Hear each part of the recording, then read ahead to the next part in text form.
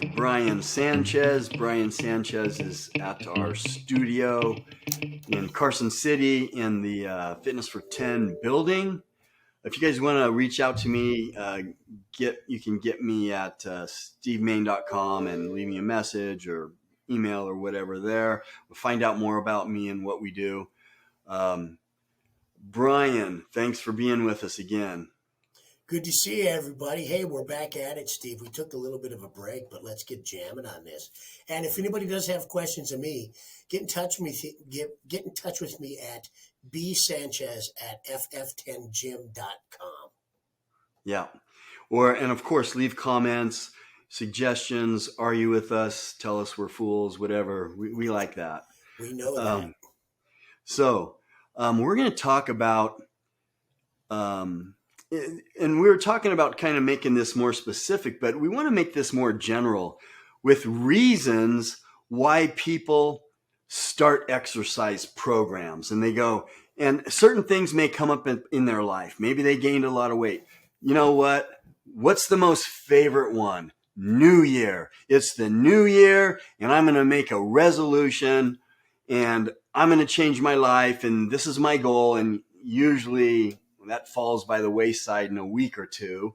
But there's also other reasons. It's not just New Year's resolutions. It's, hey, I'm getting married in 8 months, and I need to lose 30 pounds for those wedding pictures. I'll gain it all back after, but I want to look really good for those wedding pictures. Or what's another one? Oh, you know what? Spring, I'm getting a little spring fever here. I'm going to want to go to the beach, get outside, take my shirt off, wear my bikini. I don't wear bikinis, but you know what I'm talking about. And I need to look better.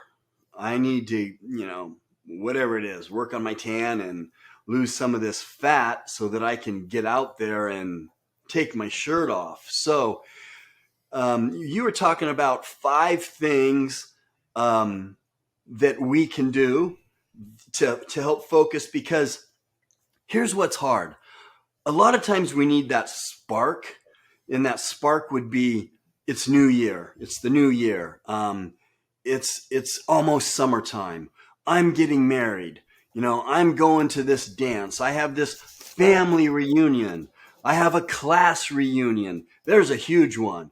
I'm going to my 20-year, for me, it's like a 70-year. But for some people, they have a 20-year, 30-year reunion, and they want to look really good for their reunion, their high school reunion. And so a lot of those times, those sparks will help motivate us, because usually it's, okay, I've got a year and a half worth of hard work, or pie. Year of hard work and discipline, pie. Pie. People grab the pie because that year of hard work will still be there tomorrow. But the problem is they eat the pie again tomorrow, and then the next day and the next day and next day, and they never get started. So let's talk about 5 things to think about to initiate or get you started on an exercise program. So what would be your first one, Brian? Starting out of the gate, just to throw something in there, I think what everybody has to remember when we make these resolutions, like at the time we're filming this, we're just coming into the new year. But, like you say, there's going to be a lot of things and a lot of reasons why you're going to want to revisit or reinvent your resolution throughout the year. An example would be, I'm going to a wedding this spring and I got to get into a suit and I don't want to buy another suit. So I need to pay attention to what I'm doing. But hey, what we're talking about isn't whether or not you're creating a resolution. We're talking about a behavioral change. We have to change what we're doing today to be effective tomorrow. And if we can effectively make that change, we're going to have good success. And first thing I would do is, if you're going to start your program, number one thing, go get yourself a calendar. Not even on your phone, and don't make it easy on your computer. Get your pencil out, get an old-fashioned calendar, take your first month of the day you start your resolution, and write out there on that calendar at least 3 days a week that you're going to exercise, and write out what kind of exercise it is and the time on your calendar. And every single time you complete that, circle it. But you're going to want to go at least 3 weeks on that program. And you're going to want to get past those first 3 and 4 weeks so that it becomes a pattern for you.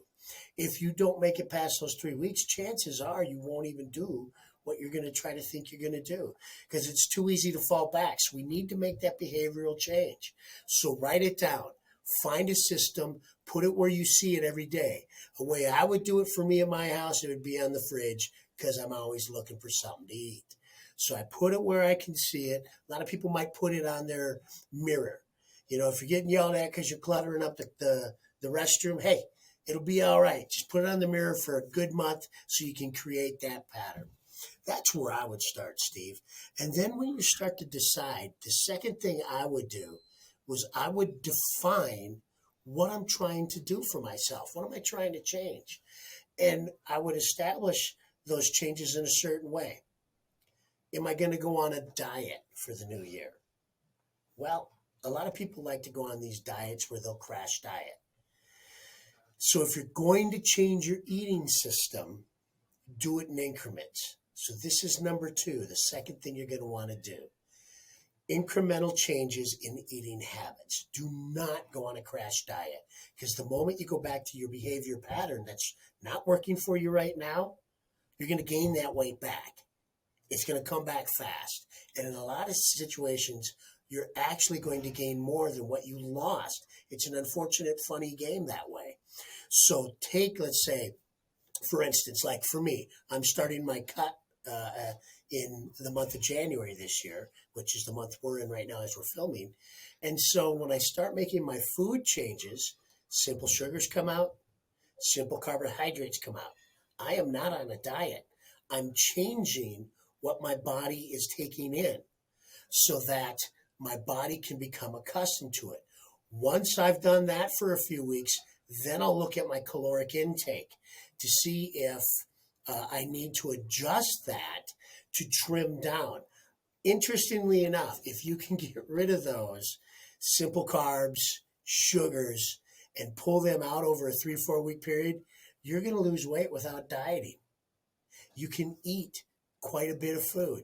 So you have to make it in increments. Make that change and then adjust as you're going on. That'd be the second thing I'd give a shot at. For all of us, I think it's important if we're going to go into a system or a routine or change what we're doing, revisit all your supplementations that you're taking. This is your number 3. Check to make sure you're getting enough protein in your system. Make sure you're not overeating your carbohydrates versus your proteins versus your fats. Make sure you're taking your multivitamins, your vitamin D, your BCAAs. Double check everything you're bringing in, your creatine. See if it's working for you. If it isn't, find out why. If you want to add something to it, research and add it to it. But make it a part of that program, because you might have to go out and buy a few things. And if you're financially invested in what you're doing, you just might hang on a little bit longer. And a lot of the times when you buy these supplements, and this is going to sound like a silly trick, but let's say you buy a container of creatine. Well, if you're going to use it all, you're probably going to need at least 30 to 45 days to use the whole container, depending on your loading system. Well, guess what? That gets you past that first 3 or 4 weeks in that program because you want to finish what you purchased. It's just a little game you got to play. Weight loss. Number 4, it's always a big resolution. I'm going to a wedding, like you said. I've got a class reunion coming up, or I got a big interview coming up next month, and you want to kind of make some adjustments to your body.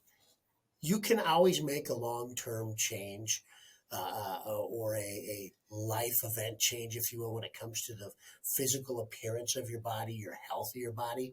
But make sure when you do this that you set it up in small increments. If I'm going to go on a weight loss program, I'm literally going to put it in writing. This is my number 4.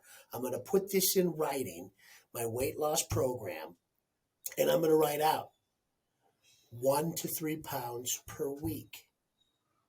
The reason I'm not going to say I'm going to lose 10 pounds a week, 5 pounds a week, and I'm going to say 1 to 3 pounds is because we know that on Monday, if we weigh in and on Friday we weigh in, it could be different. The body can adjust and it can flow. So I just want that 1 to 3 pounds just to make sure I'm going in the right direction. And that's if I'm not using body fat testing as my measure. I'm talking purely at the scale at the house in your bathroom. But I want you to do one thing if you're looking at the weight loss. Use the same scale and do it at the same time every week. Every single Monday morning at 6 a.m. is when you're going to do it. Then you stick to it and you do it for the next 3 to 6 weeks. Write it on your calendar, your weigh-ins, and make sure you do it without question. When you get it done, circle it on your calendar that you completed it so you can see that you're sticking to the program. The same thing with setting those short-term goals will also go into your lifting goals. Do I want to change how many reps I can do at 225 pounds in my bench? Well, if you're currently doing 4, you don't want to say you're going to come in and do 25. You might want to do that in 3 years. So say I want to increase it to 8, and I'm going to give myself 90 days. And in those 30-day increments through those 90 days, you want to go up, a rep to 2 reps a month. Give yourself things that will develop success so that you don't get quit and get defeated. Measurements, same thing in that short-term weight loss. There's a lot of different ways you can look at measurements of your body, if you will. Is it total inches you're looking at? Well, I want to lose 30 total inches on my body. Well, make sure you're measuring in the right spots. First off, if you're not using calipers, most everybody has a cloth tape around the house, or they used to. But get your measurements in, and I would shoot for small increments per week and or per month. Write it on your calendar the day you're going to do measurements. Here's something funny. Put it on the same day you're weighing in. Then you'll stick to it. Weigh in, throw the tape around your neck, your chest, your belly button, your hips, your quad. See how that works for you. And then put it down in writing, which is my number 5. For your first month into your resolution, whenever you decide to do it, whether it's for May Day, 4th of July, or that wedding you got to get to, create a diary. If you're writing about what you're doing, you're going to stay focused on your quest. It's no longer talk. You can review it. You'll start to find things. Well, if my day didn't go so good today, what was I doing last week that was so different? Flip back and take a look. Keep a daily diary on your physical success, your mental success, how your work's going on, and just try it for that first month with all this other documentation. Also in that diary, you should be writing about your workouts, how they went, how many reps you did, how many exercises you did. Keep track of everything, and you can make that behavioral change for your resolution. That's what I'm thinking. Yeah, I would just add one final thing over all of this, and that is, look, we're talking about a lifestyle change. So I think when you start this exercise health program, or whatever you want to call it, you need to start with eating quality food. And I am so sick of hearing this calories in, calories out, calories in. It's, of course, if you're not burning more calories than you're taking in, you're not going to lose weight. But it's not that simple. Because why aren't you burning more calories than you're taking in? We've given this example before. I could eat more and burn way more calories. So don't just think, I'm going to torture myself and I'm going to take in less energy than I'm expending, because that's not going to work in the long run. But what will? You got to look at what is sustainable. These things that you're talking about have to be accompanied by lifestyle changes and some discipline, but you're giving people something easy to follow. And when I work with people, I like to have them start with, okay, let's just change the type of food that you're eating. Right. And that's usually pretty easy because they're eating all the wrong stuff. I mean, even the stuff that most people think are good, like the steak you bought at the dollar grocery store. I'll just make something up so I don't offend anybody, any grocery stores out there. Okay, we need to change the quality of the protein that you're getting. We need to change the quality of everything and get to more whole foods. Just doing that, I've seen people lose 20, 30 pounds just by changing a few things in their lifestyle, walking a little more. And it's something that's sustainable. It's something that they can do forever. So guess what? Why lose all the weight for the class reunion if you're just going to gain it back in a week or two? Why? You know? That's so important, Steve, what you're saying, the quality of what's going into you. I mean, look at, one of the things where I've talked to several clients and a lot of friends and associates. The one thing that's become norm now, and I have nothing against this stuff because I absolutely love them, but I just drink black coffee, is the coffee products that are out there right now, and I'm not going to name any companies or brands, are so calorically loaded and so full of sugars with the creams and the whipped creams and the flavors and chemicals. Yes, if you could go from your 2 or 3 extra large $19 coffees that you buy twice a day, and you can get rid of those, I can assure you you're going to feel a change in your body. That's how eating clean and drinking clean takes care of you. And it goes back to what I said in the very beginning about food choices. Just get rid of simple carbs and sugars and see what happens. Yep. And then the next thing, linoleic acid, omega-6s. Oh, they're everywhere. And, that's a whole nother topic. I did a discussion with Nicole, one of our nutritionists, and we talk about that topic. But the low-hanging fruit, grab that first when you start these things. Always include that in these 5 tips that Brian gave you.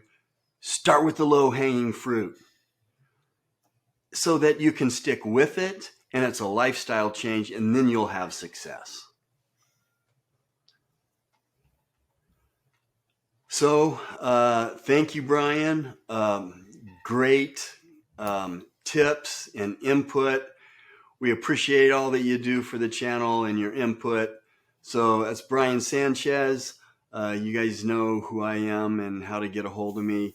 Leave your comments in the section or in the comment section. Like and subscribe, please. And we will see you next time. Thanks for being with us, Brian. Thanks, Steve. Take care, everyone. See you soon.